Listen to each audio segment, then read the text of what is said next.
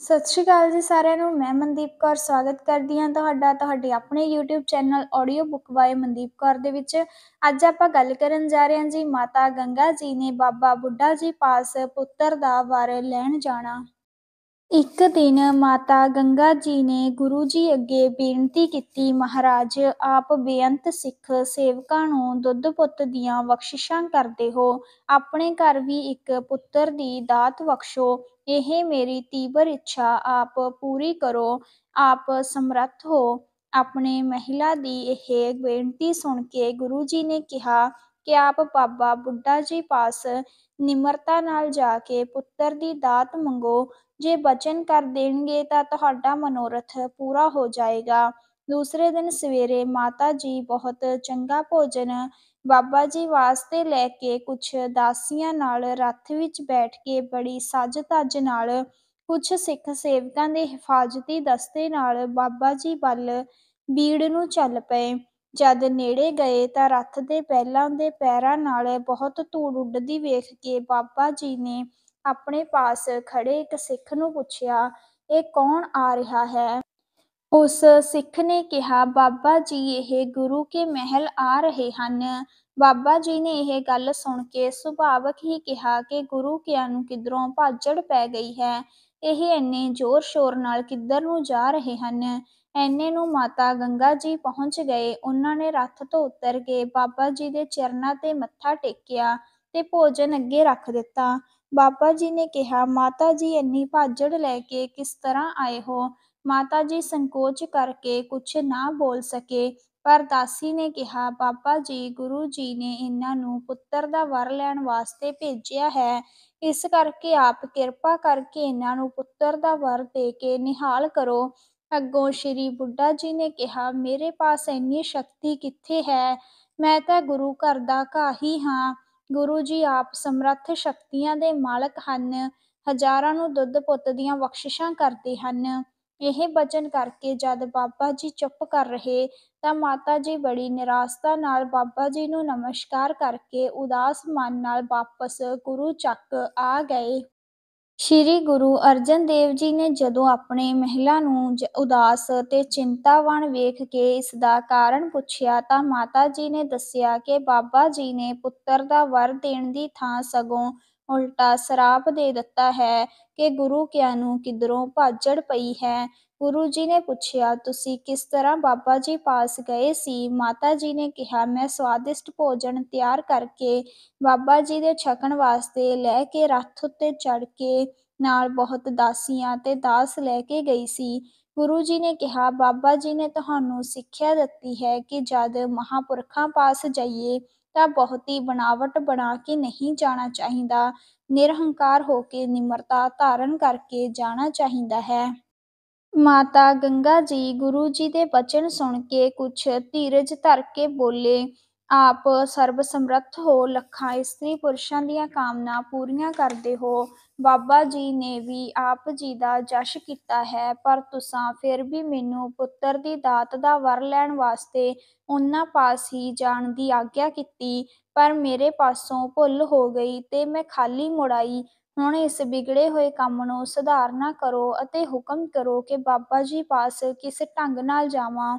ਗੁਰੂ ਜੀ ਨੇ ਕਿਹਾ, ਸਵੇਰੇ ਉੱਠ ਕੇ ਇਸ਼ਨਾਨ ਕਰੋ, ਫਿਰ ਕਣਕ ਅਤੇ ਛੋਲਿਆਂ ਨੂੰ ਚੱਕੀ ਵਿੱਚ ਪੀਸ ਕੇ ਮਿੱਸੇ ਆਟੇ ਦੀਆਂ ਲੂਣ ਪਾ ਕੇ ਰੋਟੀਆਂ ਪਕਾਓ ਤੇ ਫਿਰ ਘਿਓ ਨਾਲ ਤਰ ਕਰਕੇ ਦਹੀਂ ਦੀ ਸੰਘਣੀ ਲੱਸੀ ਰਿੜਕ ਕੇ ਨਾਲ 2-3 ਮੋਟੇ ਗੰਢੇ ਲੈ ਲਵੋ ਅਤੇ ਫਿਰ ਆਪਣੇ ਸਿਰ ਉੱਤੇ ਰੱਖ ਕੇ ਨੰਗੇ ਪੈਰੀ ਬਾਬਾ ਜੀ ਪਾਸ ਜਾਓ।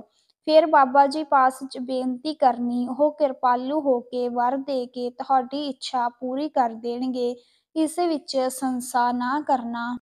ਦੂਸਰੇ ਦਿਨ ਮਾਤਾ ਜੀ ਸਭ ਕੁਛ ਗੁਰੂ ਜੀ ਦੀ ਆਗਿਆ ਅਨੁਸਾਰ ਤਿਆਰ ਕਰਕੇ ਆਪਣੇ ਨਾਲ 2 ਦਾਸੀਆਂ ਲੈ ਕੇ ਜਦ ਨੰਗੇ ਪੈਰੀ ਬਾਬਾ ਜੀ ਪਾਸ ਬੀੜ ਵਿੱਚ ਪਹੁੰਚੇ ਤਾਂ ਬਾਬਾ ਜੀ ਦੂਰੋਂ ਹੀ ਮਾਤਾ ਜੀ ਨੂੰ ਵੇਖ ਕੇ ਉੱਠ ਕੇ ਖੜੇ ਹੋ ਗਏ ਅਤੇ ਕਿਹਾ, ਮਾਤਾ ਜੀ ਧੰਨ ਹਨ ਜੋ ਮੇਰੇ ਵਾਸਤੇ ਰੋਟੀ ਤੇ ਲੱਸੀ ਲੈ ਕੇ ਨੰਗੇ ਪੈਰੀ ਆਏ ਹਨ। ਇਸ ਤਰ੍ਹਾਂ ਆਖ ਕੇ ਬਾਬਾ ਜੀ ਨੇ ਮਾਤਾ ਜੀ ਦੇ ਸਿਰ ਤੋਂ ਰੋਟੀਆਂ ਤੇ ਲੱਸੀ ਚੁੱਕ ਕੇ ਹੇਠਾਂ ਰੱਖ ਕੇ ਮਾਤਾ ਜੀ ਨੂੰ ਨਮਸਕਾਰ ਕੀਤੀ ਤੇ ਬੈਠ ਕੇ ਪ੍ਰਸ਼ਾਦਾ ਛਕਣ ਲੱਗ ਪਏ। ਮਿੱਸੀਆਂ ਰੋਟੀਆਂ ਨੂੰ ਗੰਢਿਆਂ ਤੇ ਲੱਸੀ ਨਾਲ ਬਾਬਾ ਜੀ ਨੇ ਬੜੇ ਪ੍ਰਸੰਨ ਹੋ ਕੇ ਛਕਿਆ ਤੇ ਕਿਹਾ ਕਿ ਜਦ ਮਾਤਾ ਪੁੱਤਰ ਨੂੰ ਭੁੱਖਾ ਤਿਹਾਇਆ ਵੇਖਦੀ ਹੈ ਤਾਂ ਸਭ ਕੁਝ ਛੱਡ ਕੇ ਪਹਿਲਾਂ ਬੱਚੇ ਨੂੰ ਭੋਜਨ ਦਿੰਦੀ ਹੈ। ਇਸੇ ਤਰ੍ਹਾਂ ਹੀ ਹੇ ਮਾਤਾ, ਤੁਸਾਂ ਮੈਨੂੰ ਭੁੱਖੇ ਤੇ ਪਿਆਸੇ ਨੂੰ ਤ੍ਰਿਪਤ ਕੀਤਾ ਹੈ। ਬਾਬਾ ਜੀ ਨੂੰ ਪ੍ਰਸੰਨ ਵੇਖ ਕੇ ਮਾਤਾ ਜੀ ਨੇ ਬੜੀ ਨਿਮਰਤਾ ਨਾਲ ਕਿਹਾ, ਬਾਬਾ ਜੀ, ਮੈਂ ਤੁਹਾਡੀ ਸ਼ਰਨ ਆਈ ਹਾਂ। ਸਾਨੂੰ ਗੁਰੂ ਨਾਨਕ ਜੀ ਦੀ ਗੱਦੀ ਦਾ ਵਾਰਸ ਬਖਸ਼ੋ। ਆਪ ਗੁਰੂ ਨਾਨਕ ਜੀ ਦੇ ਵਰਸਾਏ ਹੋਏ ਹੋ। ਆਪ ਵਿੱਚ ਬਖਸ਼ਿਸ਼ ਕਰਨ ਦੀ ਸਮਰੱਥਾ ਹੈ। ਬਾਬਾ ਜੀ ਨੇ ਪ੍ਰਸ਼ਾਦ ਛਕ ਕੇ ਚੂਲਾ ਕੀਤਾ ਅਤੇ ਹੱਥ ਧੋਤੇ ਤਾਂ ਉਸ ਛਿਣ ਹੀ ਬਹੁਤ ਜ਼ੋਰ ਦੀ ਹਨੇਰੀ ਆਈ, ਬੱਦਲ ਗਰਜਿਆ, ਬਿਜਲੀ ਕੜਕਣ ਲੱਗੀ ਅਤੇ ਉਸ ਲਿਸ਼ਕ ਦੇ ਨਾਲ ਸਾਰੇ ਪਾਸੇ ਪ੍ਰਕਾਸ਼ ਹੋ ਗਿਆ। ਬਾਬਾ ਜੀ ਨੇ ਇਹ ਲੱਛਣ ਆਕਾਸ਼ ਵਿੱਚ ਹੁੰਦੇ ਵੇਖ ਕੇ ਬੜੇ ਪ੍ਰਸੰਨ ਹੋ ਕੇ ਕਿਹਾ, ਤੁਹਾਡੇ ਘਰ ਬੜਾ ਬਲਵਾਨ ਯੋਧਾ ਪੁੱਤਰ ਹੋਵੇਗਾ, ਜੋ ਗੱਦੀ ਨੂੰ ਛੱਡ ਕੇ ਤਖ਼ਤ ਉੱਤੇ ਬਾਦਸ਼ਾਹਾਂ ਵਾਂਗ ਬੈਠੂਗਾ। ਮੈਨੂੰ ਐਸੇ ਲੱਛਣ ਜਾਪਦੇ ਹਨ। ਜਿਸ ਤਰ੍ਹਾਂ ਮੈਂ ਮਿੱਸੀ ਰੋਟੀ ਖਾਣ ਲੱਗਿਆਂ ਗੰਢੇ ਭੰਨੇ ਹਨ, ਇਸੇ ਤਰ੍ਹਾਂ ਹੀ ਤੁਹਾਡੇ ਘਰ ਯੋਧਾ ਪੁੱਤਰ ਹੋਵੇਗਾ, ਉਹ ਮੁਗਲਾਂ ਦੇ ਸਿਰ ਭੰਨੇਗਾ। ਤੂੰ ਭਾਗਾਂ ਵਾਲੀ ਮਾਤਾ ਹੈ, ਜਿਸ ਦੇ ਘਰ ਮੀਰੀ ਪੀਰੀ ਦੇ ਧਾਰਨ ਵਾਲਾ ਪੁੱਤਰ ਪੈਦਾ ਹੋਵੇਗਾ। ਇਹ ਬਚਨ ਬਾਬਾ ਜੀ ਨੇ ਅੱਸੂ ਮਹੀਨੇ ਦੀ 21 ਤਾਰੀਖ ਸੰਮਤ 1651 ਨੂੰ ਕੀਤਾ ਸੀ, ਜਿਸ ਨੂੰ ਸੁਣ ਕੇ ਮਾਤਾ ਜੀ ਬੜੇ ਪ੍ਰਸੰਨ ਚਿੱਤ ਹੋ ਕੇ ਬਾਬਾ ਜੀ ਨੂੰ ਨਮਸਕਾਰ ਕਰਕੇ ਆਪਣੇ ਘਰ ਗੁਰੂ ਚੱਕ ਰਾਮਦਾਸਪੁਰ ਆ ਗਏ। ਜਦ ਜੋਗ ਸਮਾਂ ਪਾ ਕੇ ਮਾਤਾ ਗੰਗਾ ਜੀ ਗਰਭਵਤੀ ਹੋ ਗਏ ਤਾਂ ਸ੍ਰੀ ਗੁਰੂ ਅਰਜਨ ਦੇਵ ਜੀ ਦੇ ਘਰ ਵਿੱਚ ਬਾਬਾ ਪਿਰਥੀ ਚੰਦ ਨਾਲ ਵਿਰੋਧ ਦੇ ਕਾਰਨ ਸਮੇਂ ਨੂੰ ਵਿਚਾਰ ਕਰਕੇ ਆਪਣਾ ਨਿਵਾਸ ਅੰਮ੍ਰਿਤਸਰ ਤੋਂ ਪੱਛਮ ਦਿਸ਼ਾ 4 ਕੋਹ ਬਡਾਲੀ ਪਿੰਡ ਜਾ ਕੀਤਾ। ਇਸ ਦਾ ਕਾਰਨ ਸੂਰਜ ਪ੍ਰਕਾਸ਼ ਵਿੱਚ ਭਾਈ ਸੰਤੋਖ ਜੀ ਨੇ ਇਹ ਲਿਖਿਆ ਕਿ ਸੁਲੀ ਖਾਂ ਪਠਾਨ, ਜਿਹੜਾ ਜਹਾਂਗੀਰ ਬਾਦਸ਼ਾਹ ਦਾ ਅਹਿਲਕਾਰ ਸੀ, ਉਸ ਨੂੰ ਬਾਬਾ ਪਿਰਥੀ ਚੰਦ ਨੇ ਸੱਦਿਆ ਸੀ ਕਿ ਗੁਰਗੱਦੀ ਪਰ ਉਸਦਾ ਹੱਕ ਉਸਦੇ ਛੋਟੇ ਭਾਈ ਸ੍ਰੀ ਅਰਜਨ ਦੇਵ ਨੇ ਸਾਂਭਿਆ ਹੋਇਆ ਹੈ, ਉਹ ਦਿਵਾਇਆ ਜਾਵੇ। ਪਰ ਜਦ ਸੁਲੀ ਖਾਂ ਦਾ 5000 ਜਵਾਨ ਨੂੰ ਨਾਲ ਲੈ ਕੇ ਆਉਣਾ ਸੁਣਿਆ ਤਾਂ ਆਪ ਜੀ ਉਸ ਦੇ ਆਉਣ ਤੋਂ ਪਹਿਲਾਂ ਹੀ ਅੰਮ੍ਰਿਤਸਰ ਤੋਂ ਆਪਣੇ ਘਰ ਦਾ ਸਮਾਨ ਚੁੱਕ ਕੇ ਬਡਾਲੀ ਚਲੇ ਗਏ। ਇਸ ਤਰ੍ਹਾਂ ਕਰਕੇ ਗੁਰੂ ਜੀ ਨੇ ਸ਼ਹਿਰ ਨੂੰ ਸੁਲੀ ਖਾਂ ਦੇ ਹੱਥੋਂ ਹੋਣ ਵਾਲੀ ਤਬਾਹੀ ਤੋਂ ਬਚਾ ਲਿਆ ਅਤੇ ਆਪ ਦਵੈਤ ਦਵੰਦ ਤੋਂ ਨਿਰਲੇਪ ਹੋ ਗਏ। ਜਦ ਸ੍ਰੀ ਗੁਰੂ ਅਰਜਨ ਦੇਵ ਜੀ ਇਸ ਤਰ੍ਹਾਂ ਅੰਮ੍ਰਿਤਸਰ ਛੱਡ ਕੇ ਬਡਾਲੀ ਚਲੇ ਗਏ ਤਾਂ ਪਿਰਥੀ ਚੰਦ ਜੀ ਨੇ ਸੁਲੀ ਖਾਂ ਨੂੰ ਹਰੀ ਕੇ ਪੱਤਨ ਉੱਤੇ ਅਗਾਊਂ ਹੀ ਜਾ ਕੇ ਦੱਸਿਆ ਕਿ ਸ੍ਰੀ ਅਰਜਨ ਦੇਵ ਜੀ ਤੁਹਾਡੀ ਕਿਰਪਾ ਨਾਲ ਘਰ-ਬਾਰ ਛੱਡ ਕੇ ਚਲੇ ਗਏ ਹਨ, ਹੁਣ ਉਹਨਾਂ ਦੀ ਕੋਈ ਚੀਜ਼ ਪਿੱਛੇ ਅੰਮ੍ਰਿਤਸਰ ਨਹੀਂ ਹੈ। ਤਦ ਸੁਲੀ ਖਾਂ ਆਪਣੇ ਹੋਰ ਕਿਸੇ ਕੰਮ ਤੇ ਅੱਗੇ ਚਲਿਆ ਗਿਆ ਤੇ ਬਾਬਾ ਪਿਰਥੀ ਚੰਦ ਉਸਨੂੰ ਨਜ਼ਰਾਨਾ ਦੇ ਕੇ ਖੁਸ਼ੀ-ਖੁਸ਼ੀ ਆਪਣੇ ਘਰ ਅੰਮ੍ਰਿਤਸਰ ਆ ਗਏ। ਸ੍ਰੀ ਗੁਰੂ ਅਰਜਨ ਦੇਵ ਜੀ ਬੜੇ ਸ਼ਾਂਤ ਚਿੱਤ ਬਡਾਲੀ ਵਿੱਚ ਆਪਣੀ ਮਰਿਆਦਾ ਅਨੁਸਾਰ 2 ਵੇਲੇ ਦੀਵਾਨ ਲਗਾਉਂਦੇ।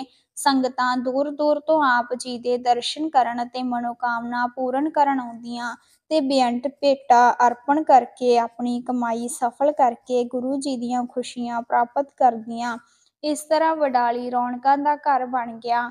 ਜਦ 9 ਮਹੀਨੇ ਬੀਤ ਗਏ ਅਤੇ 10ਵਾਂ ਚੜ੍ਹਿਆ, ਬਾਲਕ ਦੇ ਜਨਮ ਲੈਣ ਦਾ ਸਮਾਂ ਆਇਆ ਤਾਂ ਸਿਆਣੀ ਦਾਈ ਨੇ ਆਦ ਕੇ ਬਾਲਕ ਨੂੰ ਜਨਮ ਦਿੱਤਾ ਅਤੇ ਵਧਾਈ ਦਿੱਤੀ ਕਿ ਪੁੱਤਰ ਜੰਮਣ ਦੀ ਤੁਹਾਨੂੰ ਵਧਾਈ ਹੋਵੇ। ਇਸ ਵਧਾਈ ਨਾਲ ਸਾਰੇ ਪਰਿਵਾਰ ਅਤੇ ਸਿੱਖ ਸੇਵਕਾਂ ਵਿੱਚ ਬਹੁਤ ਖੁਸ਼ੀਆਂ ਹੋਈਆਂ। ਸੰਮਤ 1652 ਬਿਕਰਮੀ ਹਾੜ ਮਹੀਨੇ ਦੀ 21 ਤਾਰੀਖ ਐਤਵਾਰ ਅੱਧੀ ਰਾਤ ਚਾਨਣਾ ਪੱਖ ਦੀ ਇਕਾਦਸ਼ੀ ਨੂੰ ਪੱਖ ਨਛੱਤਰ ਵਿੱਚ ਸ੍ਰੀ ਗੁਰੂ ਹਰਗੋਬਿੰਦ ਜੀ ਦਾ ਮਾਤਾ ਗੰਗਾ ਜੀ ਦੀ ਕੁੱਖ ਤੋਂ ਸ੍ਰੀ ਗੁਰੂ ਅਰਜਨ ਦੇਵ ਜੀ ਦੇ ਘਰ ਜਨਮ ਹੋਇਆ। ਜਦ ਇੱਕ ਦਾਸੀ ਨੇ ਗੁਰੂ ਜੀ ਨੂੰ ਆਪ ਜੀ ਦੇ ਵਿਸ਼ਰਾਮ ਸਥਾਨ ਤੇ ਜਾ ਕੇ ਬਾਲਕ ਦੇ ਜਨਮ ਦੀ ਖਬਰ ਸੁਣਾਈ ਤਾਂ ਆਪ ਜੀ ਨੇ ਅਕਾਲ ਪੁਰਖ ਦਾ ਧੰਨਵਾਦ ਕੀਤਾ। ਸਾਹਿਬਜ਼ਾਦਾ ਹਰਗੋਬਿੰਦ ਜੀ ਦੇ ਜਨਮ ਦੀ ਖੁਸ਼ੀ ਵਿੱਚ ਸ੍ਰੀ ਗੁਰੂ ਅਰਜਨ ਦੇਵ ਜੀ ਨੇ ਬਡਾਲੀ ਦੇ ਪਾਸ ਇੱਕ ਵੱਡਾ ਖੂਹ ਲਗਵਾਇਆ। ਇਸ ਖੂਹ ਵਿੱਚ 6 ਹਰਟ ਚੱਲ ਸਕਦੇ ਸਨ, ਜਿਸ ਕਰਕੇ ਇਸ ਦਾ ਨਾਮ ਛੇਹਰਟਾ ਪ੍ਰਸਿੱਧ ਹੋਇਆ। ਗੁਰੂ ਜੀ ਨੇ ਇਸ ਛੇਹਰਟੇ ਖੂਹ ਨੂੰ ਵਰ ਦਿੱਤਾ ਕਿ ਜਿਸ ਇਸਤਰੀ ਘਰ ਸੰਤਾਨ ਨਾ ਹੁੰਦੀ ਹੋਵੇ ਜਾਂ ਜਿਸ ਦੇ ਘਰ ਸੰਤਾਨ ਪੈਦਾ ਹੋ ਕੇ ਮਰ ਜਾਂਦੀ ਹੋਵੇ, ਉਹ ਇਸਤਰੀ ਜੇ ਨੇਮ ਨਾਲ ਲਗਾਤਾਰ ਉੱਥੇ 12 ਪੰਚਮੀਆਂ ਇਸ਼ਨਾਨ ਕਰਕੇ ਸ਼ਬਦ ਉਚਾਰੇ ਤਾਂ ਉਸ ਦੀ ਇੱਛਾ ਪੂਰੀ ਹੋ ਜਾਵੇਗੀ। ਸ਼੍ਰੀ ਗੁਰੂ ਜੀ ਦੇ ਘਰ ਬੜੇ ਚਿਰ ਪਿੱਛੋਂ ਪੁੱਤਰ ਜੰਮਣ ਦੀਆਂ ਘਰ-ਘਰ ਹਰ ਇੱਕ ਮਰਦ, ਇਸਤਰੀ, ਬੱਚੇ, ਬੁੱਢੇ ਨੂੰ ਬਹੁਤ ਖੁਸ਼ੀਆਂ ਹੋਈਆਂ। ਲਾਗੀ ਲਾਗ ਲੈਣ ਵਾਲੇ, ਕਲੌਤ ਭੱਟ ਅਤੇ ਹੋਰ ਮੰਗਤ ਲੋਕ, ਆਸ਼ੀਰਵਾਦ ਦੇਣ ਵਾਲੇ ਦੂਰ-ਦੂਰ ਤੋਂ ਆਣ ਕੇ ਗੁਰੂ ਜੀ ਨੂੰ ਵਧਾਈਆਂ ਦੇ ਕੇ, ਅੰਨ, ਵਸਤਰ ਅਤੇ ਰੁਪਏ ਪੈਸੇ ਲੈ ਕੇ ਖੁਸ਼ੀਆਂ ਨਾਲ ਜੈਕਾਰ ਕਰਦੇ ਹੋਏ ਜਾਂਦੇ। ਸਿੱਖ ਸੇਵਕਾਂ ਦੇ ਘਰ-ਘਰ ਮੰਗਲ ਹੋਣ ਲੱਗੇ। ਜਦ ਪਹਿਰ ਦਿਨ ਚੜ੍ਹ ਗਿਆ ਤਾਂ ਬਾਬਾ ਬੁੱਢਾ ਜੀ ਭਾਈ ਗੁਰਦਾਸ ਜੀ ਨੂੰ ਨਾਲ ਲੈ ਕੇ ਬਾਲਕ ਦੇ ਦਰਸ਼ਨ ਕਰਨ ਆਏ।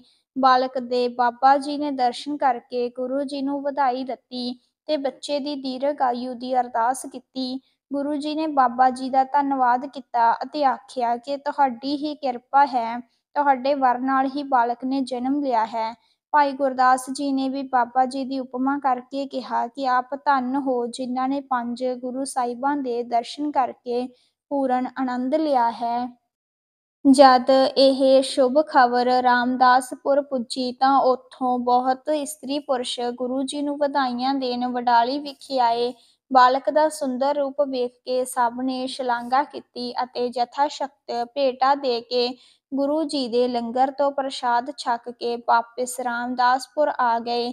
ਬਾਬਾ ਬੁੱਢਾ ਜੀ ਨੇ ਗੁਰੂ ਜੀ ਦੀ ਆਗਿਆ ਲੈ ਕੇ ਅੰਦਰ ਮਾਤਾ ਜੀ ਪਾਸ ਜਾ ਕੇ ਬੱਚੇ ਨੂੰ ਹੱਥਾਂ ਵਿੱਚ ਲੈ ਕੇ ਦਰਸ਼ਨ ਕੀਤੇ ਅਤੇ ਬਾਲਕ ਦਾ ਨਾਮ ਹਰਗੋਬਿੰਦ ਰੱਖਿਆ। ਫਿਰ ਬਾਹਰ ਆਣ ਕੇ ਸ਼੍ਰੀ ਗੁਰੂ ਜੀ ਤੋਂ ਬਾਲਕ ਦੇ ਇਸ ਨਾਮ ਦੀ ਪ੍ਰਵਾਨਗੀ ਲੈ ਕੇ ਬਹੁਤ ਪ੍ਰਸੰਨ ਹੋਏ ਅਤੇ ਆਗਿਆ ਲੈ ਕੇ ਆਪ ਆਪਣੀ ਬੀੜ ਵਿੱਚ ਚਲੇ ਗਏ। ਸਤਿਗੁਰੂ ਜੀ ਦੇ ਘਰ ਸਾਹਿਬਜ਼ਾਦੇ ਦੇ ਜਨਮ ਦੀ ਖ਼ਬਰ ਜਦ ਬਾਬਾ ਪਿਰਥੀ ਚੰਦ ਦੀ ਪਤਨੀ ਕਰਮੋਂ ਨੂੰ ਹੋਈ ਤਾਂ ਉਹ ਮਨ ਵਿੱਚ ਬੜੀ ਉਦਾਸ ਤੇ ਨਿਰਾਸ਼ ਹੋ ਗਈ। ਉਸਨੇ ਆਪਣੇ ਪਤੀ ਦੇਵ ਨੂੰ ਕਿਹਾ ਕਿ ਤੁਸਾਂ ਕਿਹਾ ਸੀ ਕਿ ਅਰਜਨ ਜੀ ਦੇ ਘਰ ਪੁੱਤਰ ਨਹੀਂ ਹੋਵੇਗਾ, ਪਰ ਤੁਹਾਡਾ ਇਹ ਬਚਨ ਝੂਠਾ ਹੋ ਗਿਆ, ਕਿਉਂਕਿ ਉਹਨਾਂ ਦੇ ਘਰ ਬੜਾ ਸੁੰਦਰ ਪੁੱਤਰ ਪੈਦਾ ਹੋਇਆ ਹੈ। ਸ਼੍ਰੀ ਪਿਰਥੀ ਚੰਦ ਜੀ ਨੇ ਕਿਹਾ ਕਿ ਇਹ ਬਾਲਕ ਬੁੱਢਾ ਸਾਹਿਬ ਦੇ ਵਰ ਨਾਲ ਹੋਇਆ ਹੈ, ਜਿਨ੍ਹਾਂ ਦੇ ਬਚਨ ਗੁਰੂ ਨਾਨਕ ਜੀ ਦੀ ਸੇਵਾ ਕਰਨ ਕਰਕੇ ਅਟੱਲ ਹਨ। ਜੇ ਬੁੱਢਾ ਜੀ ਮਾਤਾ ਗੰਗਾ ਜੀ ਨੂੰ ਵਰ ਨਾ ਦਿੰਦੇ ਤਾਂ ਮੇਰੇ ਬਚਨ ਕਦੀ ਟਲ ਨਹੀਂ ਸਕਦੇ ਸਨ। ਸੋ ਹੁਣ ਵੀ ਚਿੰਤਾ ਨਾ ਕਰ, ਗੁਰੂ ਨਾਨਕ ਭਲੀ ਕਰੇਗਾ। ਇੱਧਰ ਸ਼੍ਰੀ ਹਰਗੋਬਿੰਦ ਜੀ ਦਿਨ ਦੂਣੀ ਤੇ ਰਾਤ ਚੌਗਣੀ ਸਰੀਰਕ ਉੱਨਤੀ ਕਰਕੇ ਬਦਨ ਫੁੱਲਣ ਲੱਗੇ। ਜਦ ਸ਼੍ਰੀ ਹਰਗੋਬਿੰਦ ਜੀ 2 ਸਾਲ ਦੇ ਹੋ ਗਏ ਅਤੇ ਵਿਰੋਧੀ ਕੁਛ ਢਿੱਲੇ ਪੈ ਗਏ ਤਾਂ ਸਤਿਗੁਰੂ ਜੀ ਆਪਣਾ ਸਾਮਾਨ ਲੈ ਕੇ ਪਰਿਵਾਰ ਸਹਿਤ ਅੰਮ੍ਰਿਤਸਰ ਆ ਗਏ। ਸ਼ਹਿਰ ਦੇ ਨਰ ਨਾਰੀਆਂ ਨੇ ਬਾਲਕ ਗੁਰੂ ਜੀ ਨੂੰ ਵੇਖ ਕੇ ਬੜੀਆਂ ਖੁਸ਼ੀਆਂ ਤੇ ਚਾਅ ਪ੍ਰਗਟ ਕੀਤੇ। ਸਤਿਗੁਰੂ ਜੀ ਨੇ ਆਪਣੇ ਸਪੁੱਤਰ ਨੂੰ ਪਹਿਲਾਂ ਸ਼੍ਰੀ ਹਰਿਮੰਦਰ ਸਾਹਿਬ ਮੱਥਾ ਟਿਕਾਇਆ, ਪ੍ਰਸ਼ਾਦ ਕਰਾਇਆ ਤੇ ਫਿਰ ਘਰ ਵਿੱਚ ਪ੍ਰਵੇਸ਼ ਕਰਵਾਇਆ। ਉਪਰੰਤ ਮਾਤਾ ਗੰਗਾ ਜੀ ਨੇ ਗੁਰੂ ਦਰਬਾਰ ਤੋਂ ਘਰ ਆਣ ਕੇ ਜਗਤ ਦੀ ਮਰਿਆਦਾ ਅਨੁਸਾਰ ਵਿਚਾਰਿਆ ਕਿ ਜੇਠ ਜਠਾਣੀ ਨੂੰ ਉਹਨਾਂ ਦੇ ਘਰ ਜਾ ਕੇ ਬਾਲਕ ਨੂੰ ਮੱਥਾ ਟਿਕਾਉਣਾ ਉਚਿਤ ਹੈ। ਇਹ ਵਿਚਾਰ ਮਾਤਾ ਜੀ ਕੁਛ ਮਿਸ਼ਟਾਨ ਲੈ ਕੇ ਸ਼੍ਰੀ ਹਰਗੋਬਿੰਦ ਜੀ ਨੂੰ ਆਪਣੇ ਜੇਠ ਜਠਾਣੀ ਦੇ ਘਰ ਮੱਥਾ ਟਿਕਾਉਣ ਵਾਸਤੇ ਲੈ ਗਏ। ਮਾਤਾ ਜੀ ਪਹਿਲਾਂ ਆਪਣੀ ਜਠਾਣੀ ਕਰਮ ਕੌਰ ਪਾਸ ਗਏ ਤੇ ਉਹਨਾਂ ਦੇ ਚਰਨਾਂ ਤੇ ਆਪ ਮੱਥਾ ਟੇਕਿਆ ਤੇ ਬਾਲਕ ਨੂੰ ਟਿਕਾਇਆ। ਮਾਤਾ ਕਰਮ ਕੌਰ ਨੇ ਬੱਚੇ ਨੂੰ ਚਰਨਜੀਵ ਹੋ ਅਸੀਸ ਦਿੱਤੀ ਅਤੇ ਫਿਰ ਗੋਦ ਵਿੱਚ ਲੈ ਕੇ ਪਿਆਰ ਕੀਤਾ ਅਤੇ ਕੁਸ਼ਲ ਪ੍ਰਸੰਨਤਾ ਪੁੱਛੀ। ਉਪਰੰਤ ਆਪਣੇ ਸੇਵਕ ਨੂੰ ਨਾਲ ਲੈ ਕੇ ਬਾਲਕ ਨੂੰ ਬਾਬਾ ਪਿਰਥੀ ਚੰਦ ਜੀ ਦੇ ਚਰਨਾਂ ਤੇ ਮੱਥਾ ਟਿਕਾਇਆ ਅਤੇ ਕਿਹਾ ਕਿ ਇਹ ਬਾਲਕ ਆਪ ਜੀ ਦੀ ਕਿਰਪਾ ਨਾਲ ਹੋਇਆ ਹੈ। ਬਾਬਾ ਪਿਰਥੀ ਚੰਦ ਜੀ ਨੇ ਬਾਲਕ ਨੂੰ ਵੇਖ ਕੇ ਚਿਰੰਜੀਵ ਹੋਵੇ ਅਸੀਸ ਦਿੱਤੀ ਅਤੇ ਕਿਹਾ ਕਿ ਵੱਡੀ ਉਮਰ ਵਾਲਾ ਤੇ ਬਹੁਤ ਆਨੰਦਮਈ ਜੀਵਨ ਵਾਲਾ ਹੋਵੇ। ਉਪਰੰਤ ਸ਼੍ਰੀ ਮਹਾਦੇਵ ਜੀ ਪਾਸ ਜਾ ਕੇ ਉਹਨਾਂ ਨੂੰ ਬਾਲਕ ਦਾ ਮੱਥਾ ਟਿਕਾਇਆ ਅਤੇ ਅਸੀਸਾਂ ਲੈ ਕੇ ਘਰ ਨੂੰ ਆ ਗਏ। ਜਦ ਸ਼੍ਰੀ ਹਰਗੋਬਿੰਦ ਜੀ 3 ਸਾਲ ਦੇ ਹੋ ਗਏ ਤਾਂ ਉਹਨਾਂ ਦੇ ਇਸ ਵਰ੍ਹੇਗੰਢ ਦੀ ਖੁਸ਼ੀ ਵਿੱਚ ਗੁਰੂ ਜੀ ਨੇ ਇੱਕ ਬੜਾ ਵੱਡਾ ਪੂਰੀ ਕੜਾਹੀ ਤੇ ਲੱਡੂਆਂ ਦਾ ਜੱਗ ਕੀਤਾ। ਸਭ ਤੋਂ ਪਹਿਲਾਂ ਗੁਰੂ ਜੀ ਨੇ ਆਪਣੇ ਵੱਡੇ ਭਾਈ ਪਿਰਥੀ ਚੰਦ ਜੀ, ਉਹਨਾਂ ਦੀ ਪਤਨੀ ਕਰਮ ਕੌਰ ਤੇ ਸ਼੍ਰੀ ਮਹਾਦੇਵ ਨੂੰ ਬੜੇ ਸਤਿਕਾਰ ਨਾਲ ਸੱਦਿਆ। ਉਪਰੰਤ ਹੋਰ ਮਾਨੀਏ ਸਿੱਖ ਸੇਵਕ ਤੇ ਸੰਗਤਾਂ ਆਈਆਂ, ਸਭ ਨੂੰ ਪੰਗਤਾਂ ਵਿੱਚ ਬਿਠਾ ਕੇ ਭੋਜਨ ਛਕਾਇਆ ਤੇ ਚੰਗੀ ਤਰ੍ਹਾਂ ਤ੍ਰਿਪਤ ਕਰਕੇ ਸਾਰਿਆਂ ਨੂੰ ਦਕਸ਼ਨਾ ਦਿੱਤੀ। ਤਦ ਪ੍ਰਸੰਨ ਹੋ ਕੇ ਸਭ ਨੇ ਅਸੀਸਾਂ ਦਿੱਤੀਆਂ ਕਿ ਹਰਗੋਬਿੰਦ ਜੀ ਆਯੂ ਦੀਰਘ ਹੋਵੇ। ਵਡਾਲੀ ਤੋਂ ਅੰਮ੍ਰਿਤਸਰ ਆਪਣੇ ਘਰ ਪ੍ਰਵੇਸ਼ ਕਰਨ ਤੋਂ ਕੁਛ ਦਿਨ ਉਪਰੰਤ ਬਾਬਾ ਜੀ ਨੂੰ ਕੁਛ ਬੁਖਾਰ ਨਾਲ ਸੀਤਲਾ ਨਿਕਲ ਆਈ, ਜਿਸ ਨਾਲ ਬਾਲਕ ਦਾ ਸਾਰਾ ਚਿਹਰਾ ਅਤੇ ਸਰੀਰ ਭਰ ਗਿਆ। ਮਾਤਾ ਜੀ ਅਤੇ ਹੋਰ ਸਿੱਖ ਸੇਵਕਾਂ ਨੂੰ ਬਹੁਤ ਚਿੰਤਾ ਹੋ ਗਈ। ਜੇ ਗੁਰੂ ਜੀ ਨੇ ਸਭ ਨੂੰ ਧੀਰਜ ਦਿੱਤੀ ਅਤੇ ਕਿਹਾ, ਚਿੰਤਾ ਨਾ ਕਰੋ, ਗੁਰੂ ਨਾਨਕ ਜੀ ਦੇ ਚਰਨਾਂ ਦਾ ਧਿਆਨ ਕਰੋ, ਕਰਤਾਰ ਰਾਖਾ ਹੈ, ਬੱਚਾ ਨਵਾਂ ਨਿਰੋਇਆ ਹੋ ਜਾਵੇਗਾ। ਇਸ ਤਰ੍ਹਾਂ ਜਦ ਕੁਛ ਦਿਨ ਉਪਰੰਤ ਸੀਤਲਾ ਦਾ ਮੋੜ ਪਿਆ ਅਤੇ ਸ੍ਰੀ ਹਰਗੋਬਿੰਦ ਜੀ ਨੇ ਅੱਖਾਂ ਖੋਲ੍ਹੀਆਂ ਤਾਂ ਮਾਤਾ ਜੀ ਨੇ ਵਾਹਿਗੁਰੂ ਦਾ ਸ਼ੁਕਰ ਮਨਾਇਆ ਕਿ ਅੱਖਾਂ ਨੂੰ ਕੋਈ ਖੇਦ ਨਹੀਂ ਪਹੁੰਚਿਆ। ਇਸ ਪਰ ਸਤਿਗੁਰੂ ਜੀ ਨੇ ਵਾਹਿਗੁਰੂ ਜੀ ਦਾ ਧੰਨਵਾਦ ਕੀਤਾ।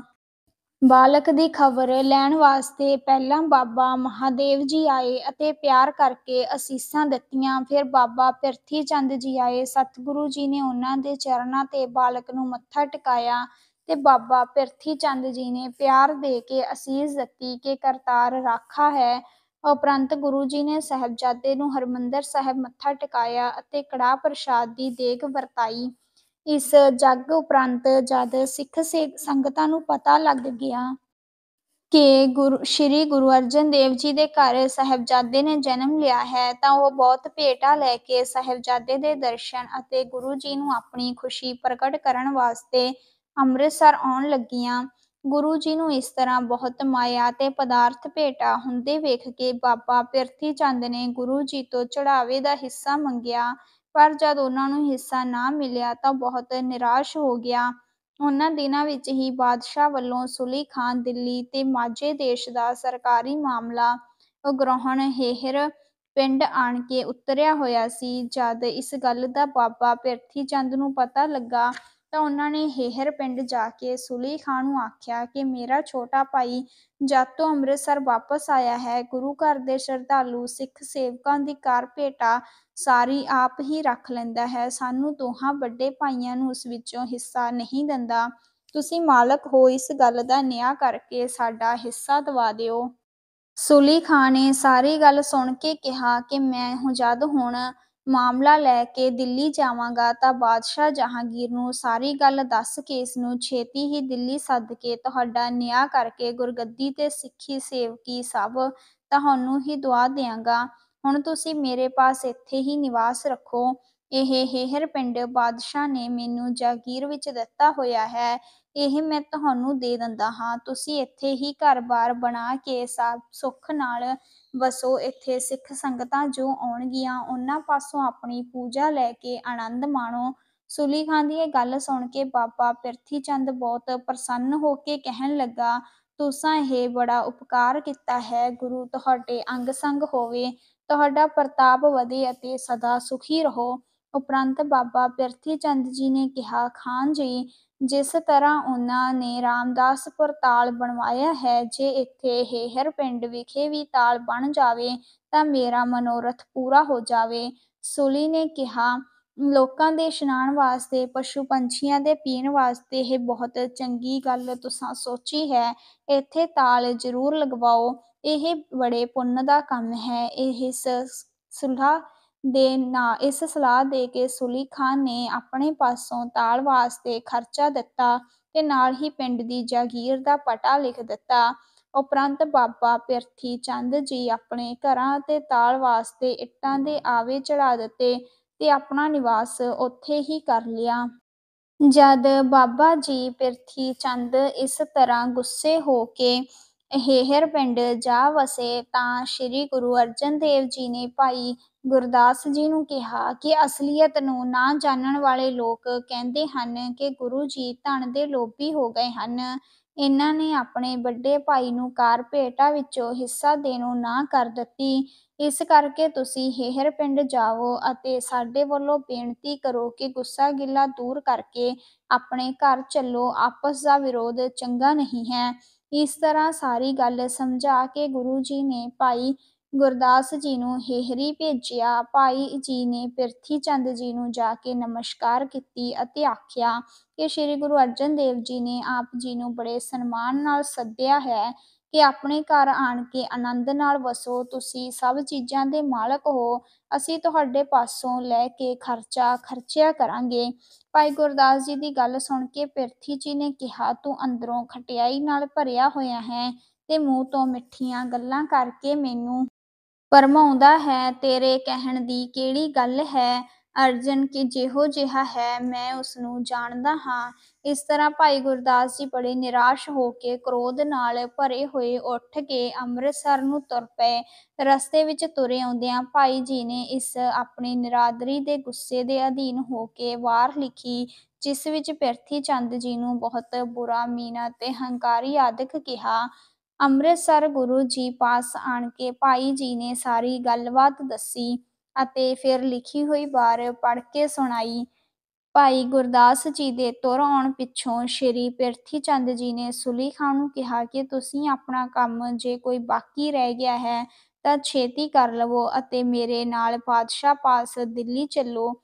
ਸੁਲੀ ਖਾਂ ਨੇ ਕਿਹਾ, ਮੇਰਾ ਕੰਮ ਇੱਥੇ ਸਾਰੇ ਸੰਪੂਰਨ ਹੋ ਗਏ ਹਨ, ਹੁਣ ਥੋੜ੍ਹੇ ਦਿਨਾਂ ਨੂੰ ਹੀ ਦਿੱਲੀ ਜਾਣ ਦੀ ਤਿਆਰੀ ਹੈ। ਇੰਨੇ ਨੂੰ ਸੁਲੀ ਖਾਂ ਨੂੰ ਬਾਦਸ਼ਾਹ ਦਾ ਪਰਵਾਨਾ ਆ ਗਿਆ ਕਿ ਜਿੰਨੀ ਉਗਰਾਹੀ ਹੋਈ ਹੈ ਉਸ ਨੂੰ ਛੇਤੀ ਲੈ ਕੇ ਦਿੱਲੀ ਆ ਜਾਓ।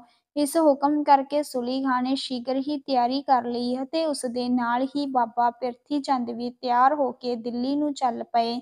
ਦਿੱਲੀ ਪਹੁੰਚ ਕੇ ਸੁਲੀ ਖਾਂ ਨੇ ਬਾਬਾ ਪ੍ਰਿਥੀ ਚੰਦ ਜੀ ਦਾ ਡੇਰਾ ਆਪਣੇ ਡੇਰੇ ਦੇ ਪਾਸ ਹੀ ਲਵਾ ਲਿਆ। ਦੂਸਰੇ ਦਿਨ ਸੁਲੀ ਖਾਂ ਨੇ ਬਹੁਤ ਸਾਰਾ ਧਨ ਤੇ ਘੋੜੇ ਆਦਿਕ ਨਜ਼ਰਾਨੇ ਵਜੋਂ ਲੈ ਕੇ ਬਾਦਸ਼ਾਹ ਨੂੰ ਮਿਲਿਆ ਤੇ ਹੋਰ ਕਈ ਪ੍ਰਕਾਰ ਦੇ ਤੋਹਫ਼ੇ ਦੇ ਕੇ ਬਾਦਸ਼ਾਹ ਨੂੰ ਪ੍ਰਸੰਨ ਕੀਤਾ। ਦੂਸਰੇ ਦਿਨ ਜਦ ਫਿਰ ਸੁਲੀ ਖਾਂ ਬਾਦਸ਼ਾਹ ਨੂੰ ਮਿਲਿਆ ਤਾਂ ਉਸਨੇ ਬਹੁਤ ਸਿਫਾਰਸ਼ ਕਰਕੇ ਕਿਹਾ ਕਿ ਸ੍ਰੀ ਗੁਰੂ ਰਾਮਦਾਸ ਜੀ ਦਾ ਵੱਡਾ ਸਪੁੱਤਰ, ਜਿਸ ਨੂੰ ਬਹੁਤ ਲੋਕ ਮੰਨਦੇ ਹਨ, ਉਹ ਆਪ ਜੀ ਨੂੰ ਮਿਲਣ ਆਇਆ ਹੈ।